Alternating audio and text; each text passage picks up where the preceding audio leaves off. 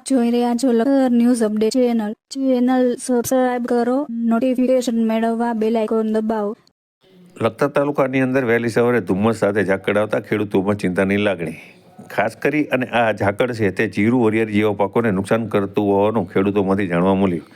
લખતર પંથકની અંદર છેલ્લા ઘણા સમયથી વહેલી સવારે ઝાકળ સાથે ધુમ્મસ્યું વાતાવરણ બની રહે છે। તેના કારણે લખતર મોદીસા તળાવ પર પણ આહલાદક વાતાવરણ સર્જાતું હોય છે। સાથે આ જે ધુમ્મસ છે તેની સાથે સાથે જે ઝાકળ પડતો હોય છે, જે ઝાકળ જીરું, વરિયાળી, ઘઉં સહિતના પાકને નુકસાન કરતું હોય છે। સાથે હાલમાં જે ખેડૂતોના ખેતરમાં બીટી કપાસ સહિતના જે કપાસ છે તેના પાક ખીલી ગયા છે, તેની અંદર આ ઝાકળનું પાણી હોય કપાસ પીળો પડી જવાની પણ શક્યતા રહેલી હોય છે। તેના કારણે ખેડૂતોને જે ભાવ આવતા તે ભાવ પણ ન આવે તેવી પણ એક શક્યતા ઊભી થઈ છે। ત્યારે લખતર તાલુકાની અંદર વહેલી સવારથી તે ધુમ્મસ સાથે ઝાકળ એટલે કે મેઘરો પડવાનું શરૂ થઈ જાય છે। તેના કારણે જે પતરા હોય છે તેના ઉપર જાણે કે વરસાદ આવ્યો હોય અને કેમ તેના ટીપા પડતા હોય તેવી રીતના નેવે પાણી ઉતર્યા હોય તેવો પણ ઘાટ સર્જાય।